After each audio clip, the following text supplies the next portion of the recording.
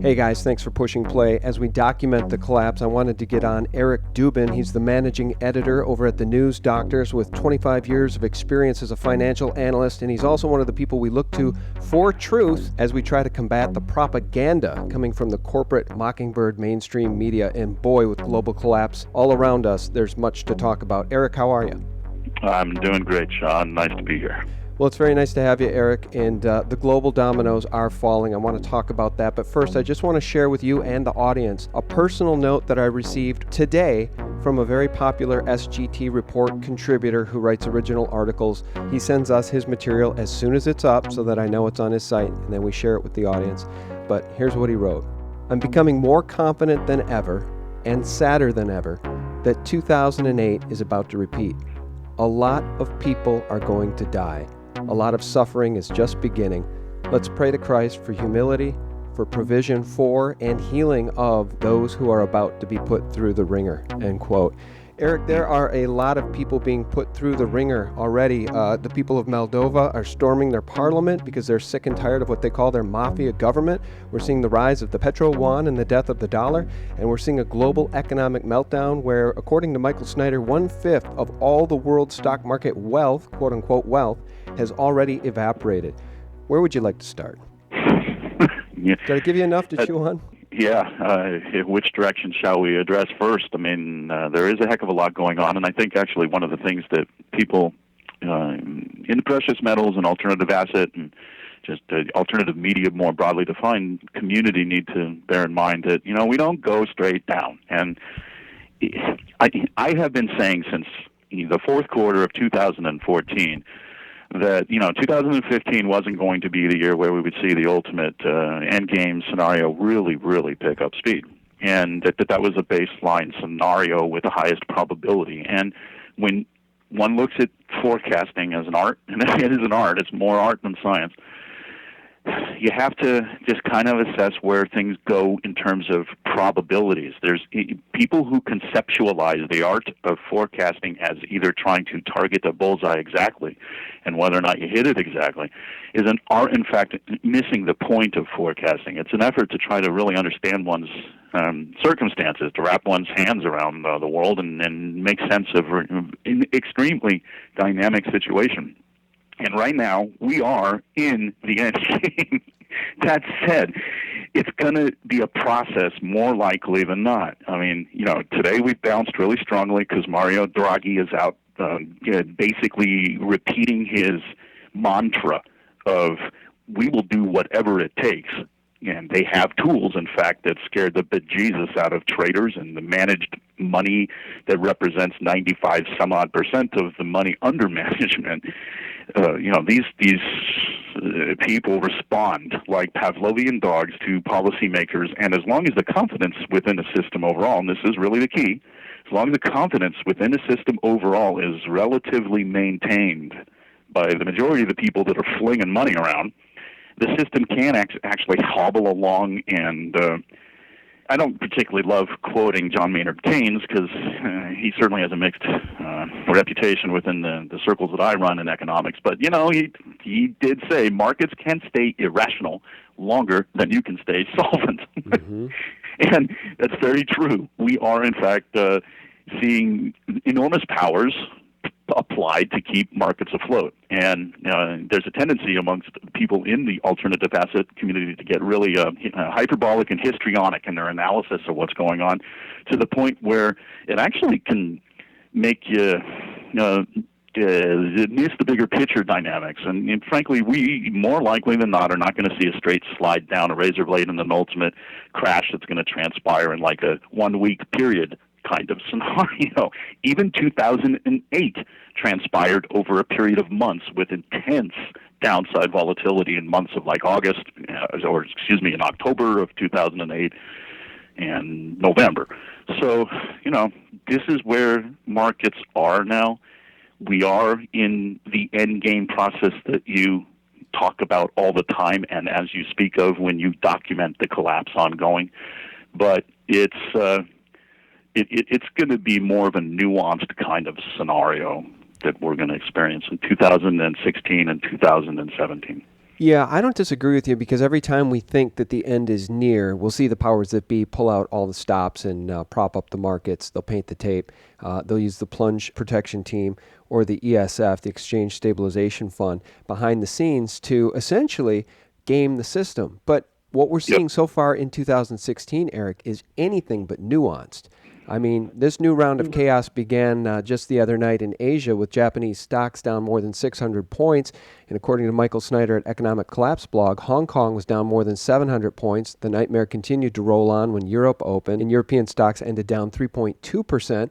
The Dow fell 566 points the other day. And it just seems to me that the dollar Ponzi and the worldwide debt Ponzi is absolutely on its last legs, and everyone who's paying attention knows it. Again, going back to Moldova, the people in Moldova stormed the parliament the other day, outraged over what they're calling their corrupt mafia government after more than $1 billion was looted from banks.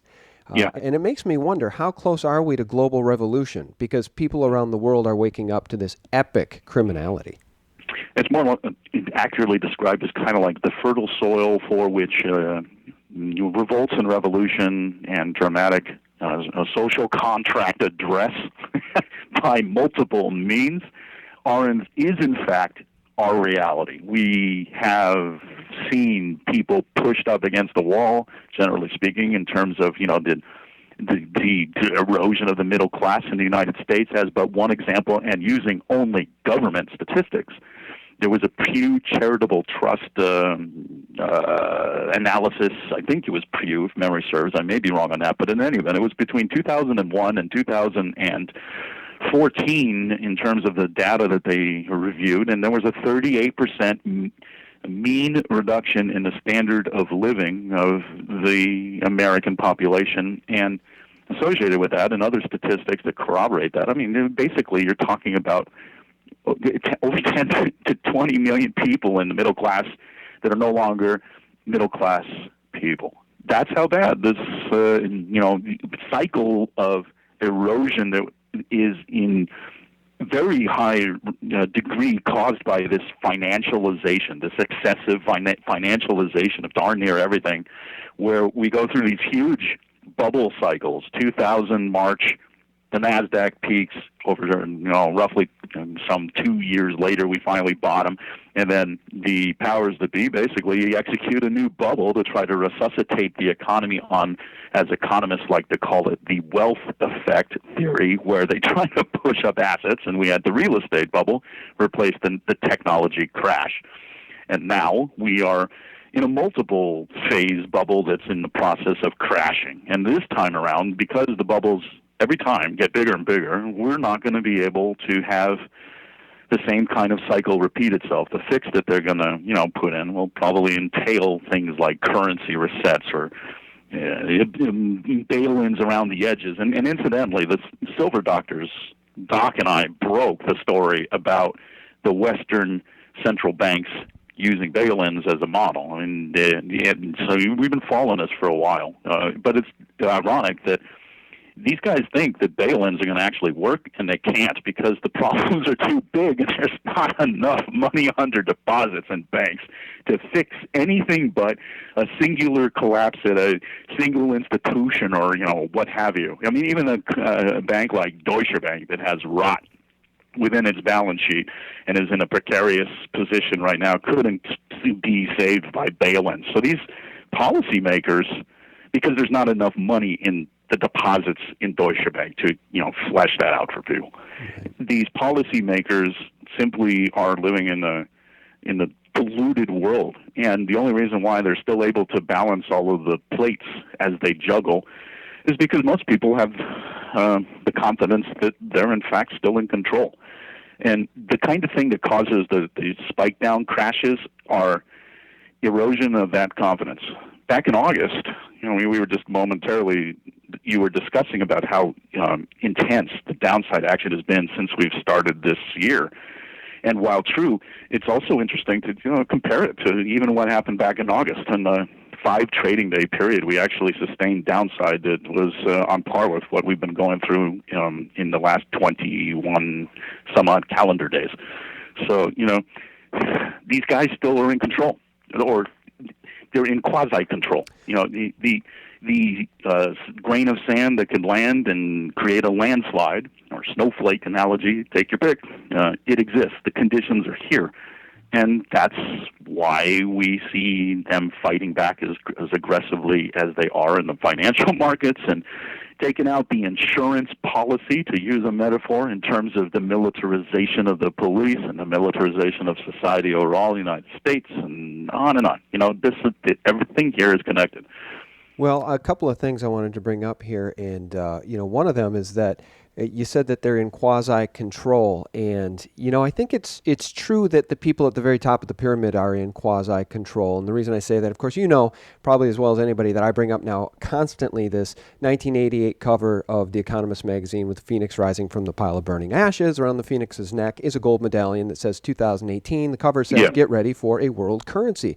The Rothschilds knew what they were up to back in the 80s, and here we are, just 23 months away from 2018, and really, if you stand back at a 30,000-foot view, all seems to be going according to plan if you wanted to get the world headed down the path of a one world global currency by 2018. So I do believe that I actually don't subscribe to that view. You don't believe that? Okay, view. but I just want to make the point that I do agree with you that there is some quasi-control happening if you believe this is all premeditated and being done by design. You don't see it that way? No, actually, and we can explore this and have a great time talking about it. I have tremendous respect for you. You put your butt on the line. You're not a mouse potato. Addressing these subjects is very difficult to do because you get a huge amount of flack. And you've been at the alternative media effort of exposing the darker side of what goes on at the oligarchical level of our society.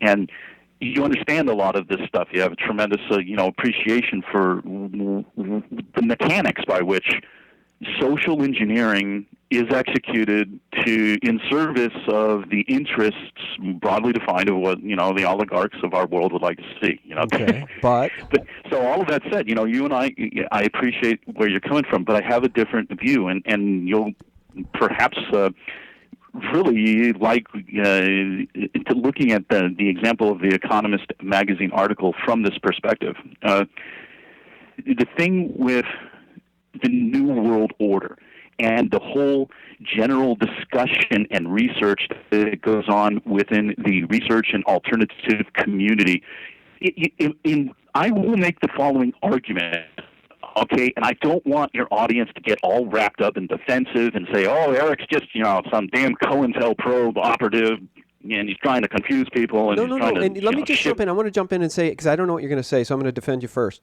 We talk to Bill Holter. We talk to Bill Holter regularly, who tends to agree with a lot of my views on the world, and I talk to Andy Hoffman regularly, who does not. Andy doesn't think these people are in control of anything, and he doesn't think any of this is by design. He thinks they're all idiots. So actually, the truth is so nuanced that it's a little bit of both, and other perspectives on top of that they even aren't seeing. So we live in a very complicated world. There's a lot of people here, a lot of things going on, a lot of different power dynamics, and trying to understand what the heck is going on is an art.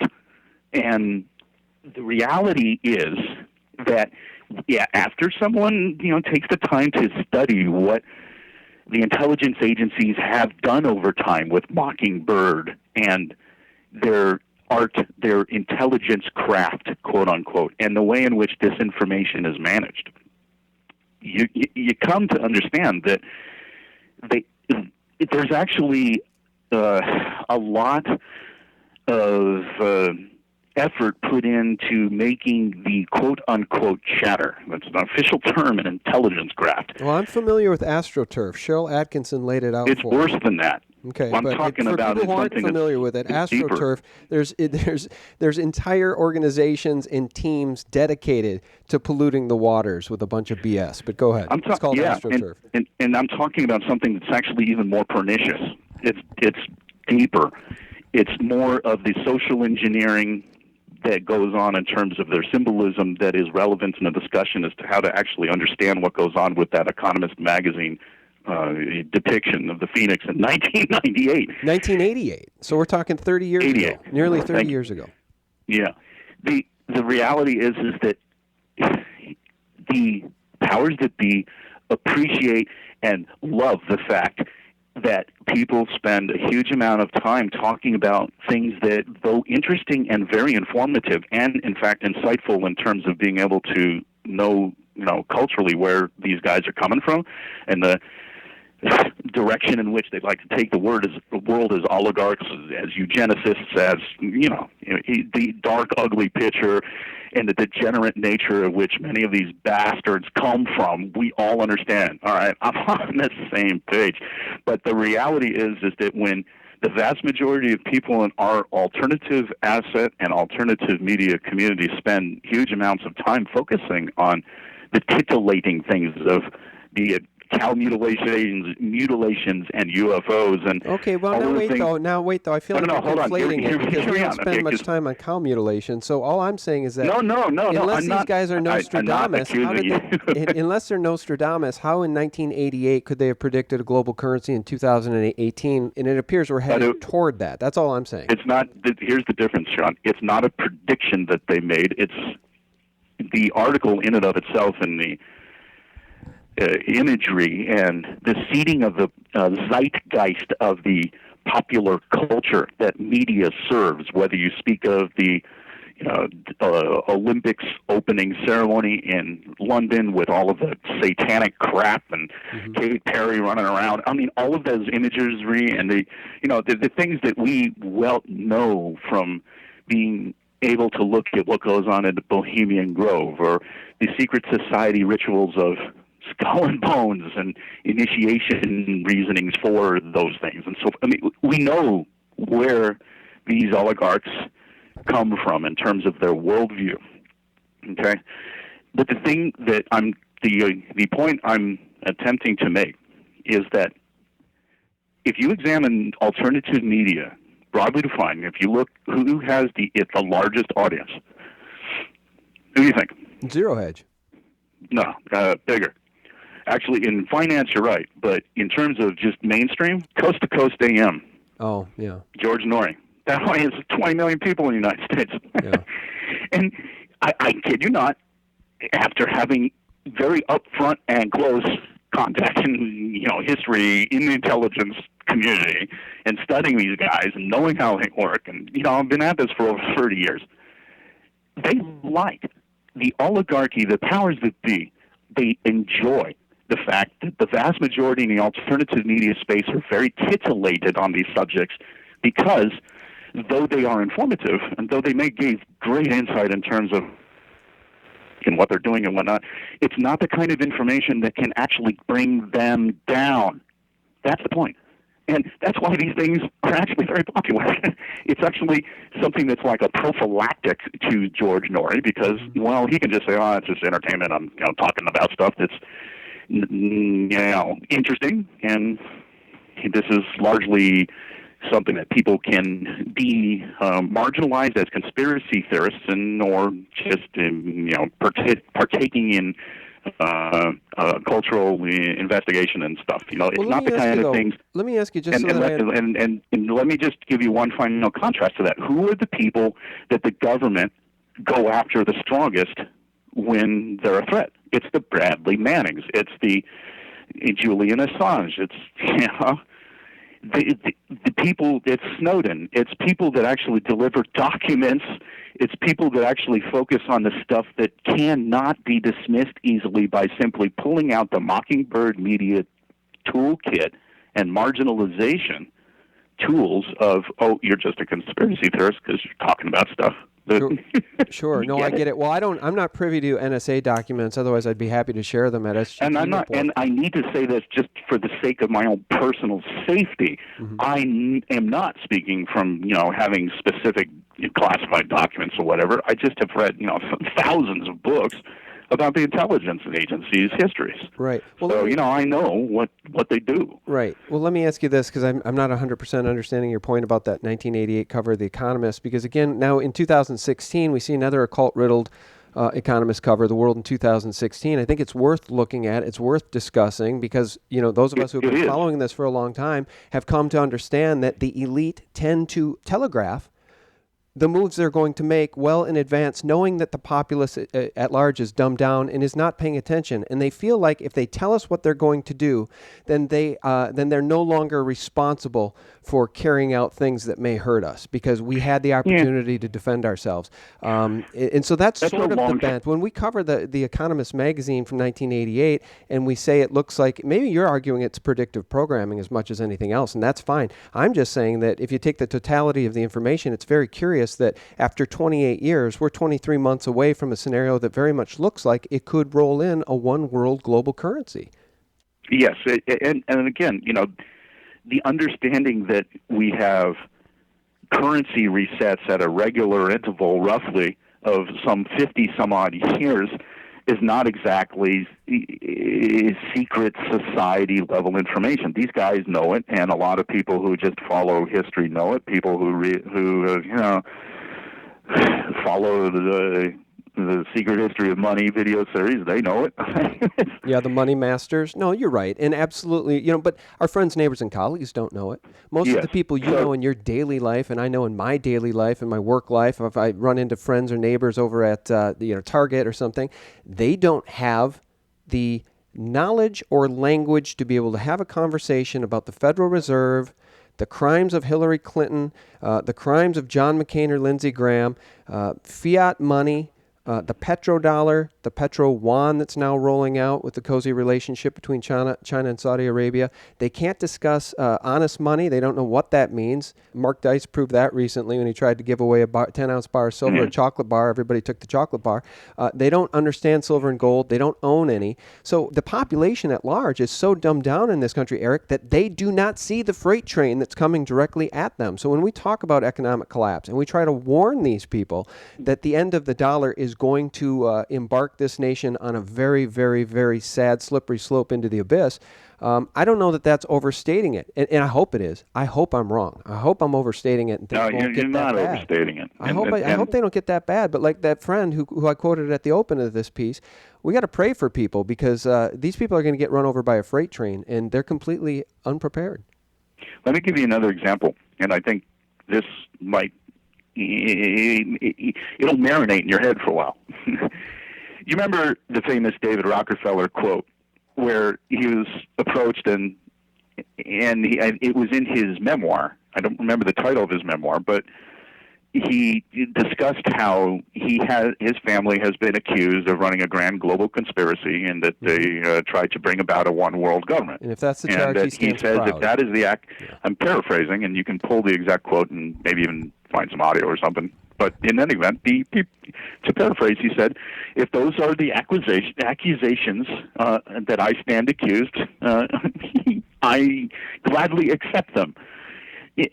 Part of the way in which these guys operate, and this goes back to what I was trying to make as a point before, is that they actually enjoy the fact that people get wrapped up in terms of trying to analyze and discuss the topical nature of the relationship that these oligarchs have with, interacting with the world and managing empires. And when the conversation, quote unquote, the general discussion, the level of analysis focuses on things that are not the kind of grade that cause damage easily, that can easily be dismissed, in fact, as conspiracy theory, these guys openly embrace the perpetuation of that dialogue. Isn't that curious?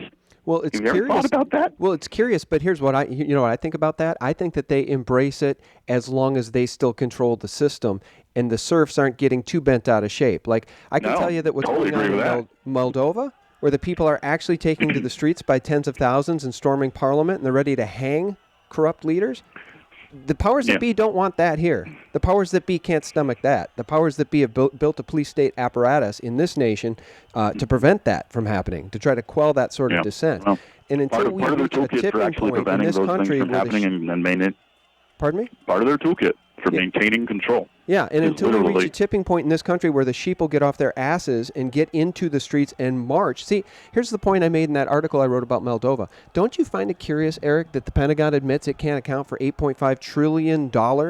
And the people of Moldova are riding over $1 billion? The people in this country, the people of the United States, should be ashamed of themselves for standing for all measure of criminality and theft. And they appear ready to stand for it until the whole system comes down around them. You know as well as I do that the vast majority of people that fall into the category of what we shall describe as ignorance are there not necessarily for any fault specific to themselves, but just their circumstance and the fact that most people are just struggling to put food on their table for their family. You and I you have the grand luxury of free time to be able to analyze all this stuff. Well, no, wait though. I've maintained SGT Reporter as a labor of love in the YouTube channel since day one, and the argument that I have made for so long, Eric, is that the people of this nation at this point, if they don't know the truth, then most of them, if they have an IQ above 80, they're willfully ignorant. And I'll give you an example of that. I woke up because Bush and Cheney were obviously guilty of crimes and lies, taking us into unconstitutional wars, and I was a Republican, and I hated them both for their lies, and it helped wake me up. Just as people should be waking up to the lies of Hillary Clinton and Bill Clinton and Barack Obama. If you voted or cared for or rooted for or thought you were on the team of those people 4, 6, 8 years ago, you ought to be enraged by the way they've thrown you under the bus and are burning and tearing down the Constitution. Yeah. So if you still support your quote-unquote team, because you've been on that team for 4, 6, 8 years or your whole damn life, then you are willfully ignorant. And I can't give people a free pass anymore because the crimes are so blatant, Eric. It's not giving somebody a free pass. You know, you and I both respect Ron Paul greatly.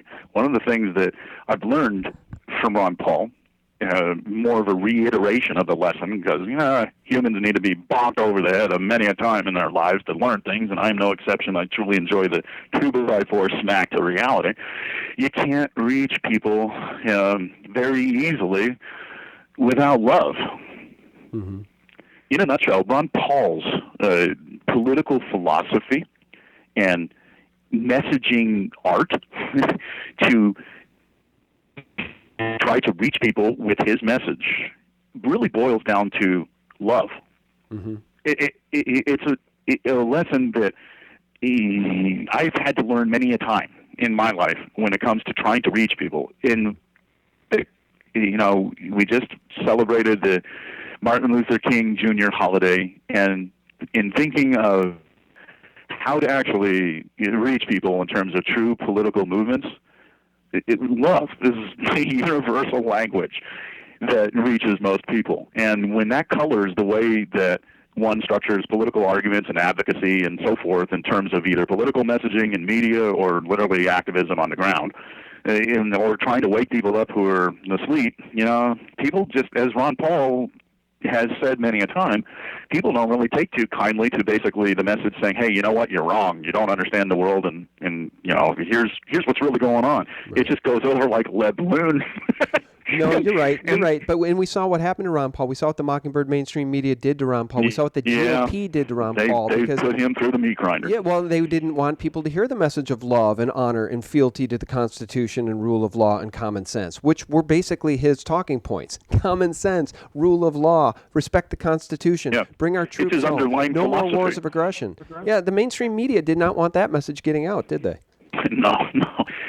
But anyway, I mean, we've interestingly enough, we've gone on a big old tangent about where the American people are in terms of their consciousness, and the bottom line is that we're all after the same goal. We want people to wake up, and it's really a hard juggling act to actually execute that and wake people up. And a lot of times, it's more practical to not be so hard on folks. And it enrages me that the level of arrogance in this country is completely off the charts and getting worse every damn year.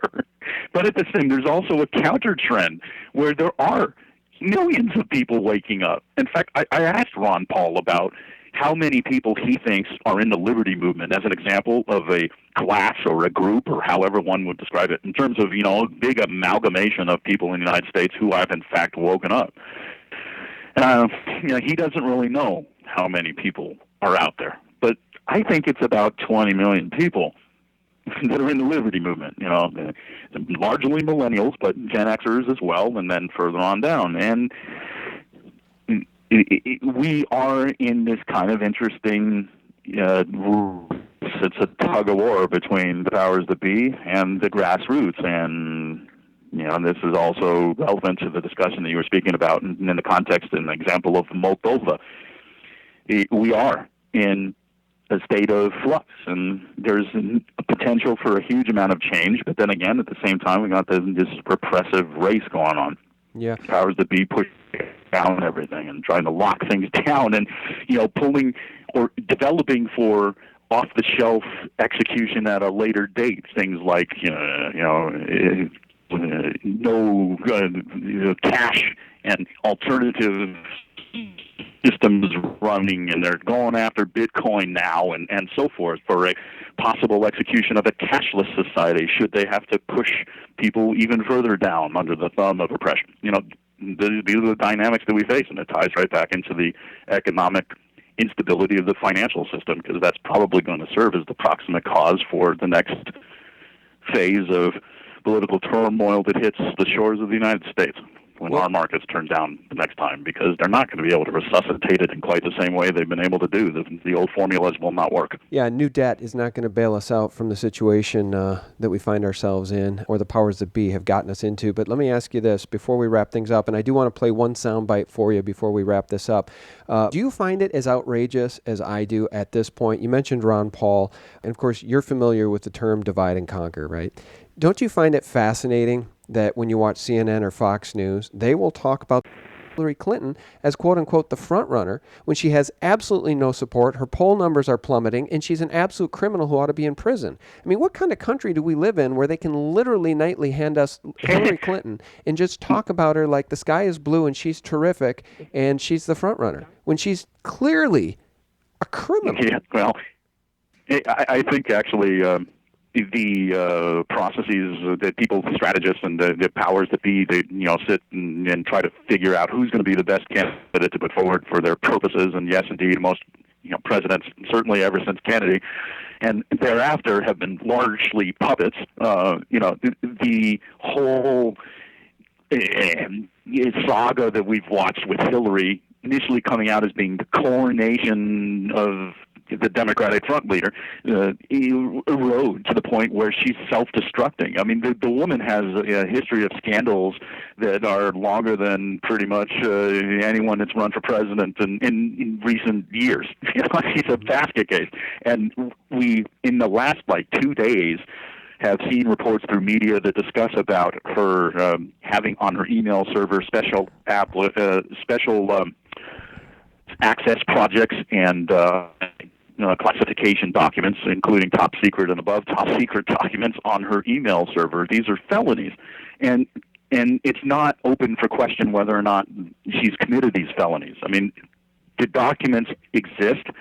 They are, things that could bring her down in a second were she to, piss certain people off or do things that are not in, the desired interests of people. So believe it or not, this actually makes it, you can make an argument that this makes it more probable that she will become president, as disgusting as that may sound, because people will have the higher-ups, our oligarchically controlled society, will have greater control over her. In an intelligence parlance, it's called control file. She's got a whopper of a control file, and it just got bigger. The whopper of her basically compromising top-secret documents is a hell of a lever over Clinton. And unfortunately, I think that that's probably the way in which the powers that be look at this. And that the typical response that, in the analysis level that people will engage in when they think about, how is Hillary going to survive this? It needs to be colored by that, because that's really what goes on. She has a control file now that enables her to be a better puppet. But that's why we need the Fourth Estate, to keep people like this in line, keep them in check, and to expose them for their crimes. Yep. But we don't get that from CNN and Fox News. We get it from SGT Report and the news doctors. We get it from Zero Hedge. We get it from the alternative media. But what kills me about the Fox News and CNN reports every single day, 24/7, is that it's 98% fluff. And every time they want to mention the Hillary's crimes, they'll do it for, maybe a minute or two, and then they'll move on to some nonsensical crap before they go to a Humira commercial. Brought to you, your news brought to you by Big Pharma. And it's just absolutely deplorable that the fourth estate in this country no longer exists. So when you say she'll probably be the next president, it's because we have a complicit mainstream media that is in bed with a criminal government, right, that is going to help her become president because she should be in prison. And so when I talk about the people of this nation being willfully ignorant, I'll defend that. They are, and they should understand what her crimes are. But if they're only getting their news from CNN and Fox News and MSNBC, then to that degree, I will help you defend them because they're just dumbed down and they don't know any better. Yeah, well, I'm not knocking your analysis, and you know that. No, I know. The key word that you used was willful, and it's willful. Every person has their own personal responsibility and accountability to who they are as an individual and what they know. And in the final analysis, you are absolutely correct. But it's just so sad to see that most people simply don't have the oxygen by which they can even breathe if they so choose, because they've forgotten how to breathe. That's how intense the social conditioning of our culture has become. And then when you layer on top of that whole economic reality of needing to put food on the table and people being so darn stressed out and not having the time, you've woken up. The 2x4 that I joked about before is already whacked you, smacked across the forehead. So you're highly motivated and you're doing yeoman's work, waking people up. And, you are too, but you know what? I'm a compatriot. I appreciate your work as well. And there's a quote. It's painful to see the ignorance. It's horrible. I get it. But it's horrible. And my heart goes out to what's going to happen to people. My heart goes out to people already who are suffering. I've said this a million times. The single mother who has to get on public transportation to get to her $10 an hour job trying to raise kids, that's an impossible situation. And there's a quote I love from Henry David Thoreau that goes like this: most men lead lives of quiet desperation. And I just think it's so true that so many of the people that we know and interact with are just battling day to day to survive and just to get through it, because life is hard. And unless you're one of those lucky people who's making a giant salary or was born into wealth, life can be a real struggle. But it does not help when we have a criminal government and criminal bankers working against the best interests of the people. That's what drives me every day to try to help inform people and wake them up, Eric. It's this idea that life is very hard, even when you have an honorable and honest government. And we're so far away from an honest and honorable government that it's unbelievable. And Eric, if you don't mind, I want to just leave people with this clip from the 1981 movie Rollover, which really predicted today's news. This movie starred, I think, Jane Fonda. There were some heavy hitters in this movie, so this was not some small independent film. And you're probably familiar with what I'm about to play, Eric, but I'd love to get your reaction after.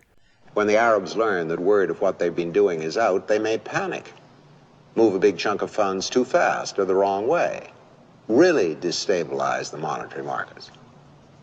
Then the dollar will collapse. The Arabs yanked every penny they had with us. They hit all the other outfits, too, so it's across the board. That means every bank in the country out there is going to be struggling for liquidity, trying to cover those cash withdrawals. We're dumping everything. Treasury bills, bonds, Fannie Mae's, commercial papers, we want it all sold. Fed funds, euro dollars, borrow whatever you can find up to 200 million. Foreign exchange, no positions. Bullion, grab what you can get. Yeah, I remember the clip. The basic our lives is that there are no currencies that exist today that don't have counterparty risks associated with them. I mean, currency is backed up only by faith and the confidence that people put into the currency and the system that underpins it.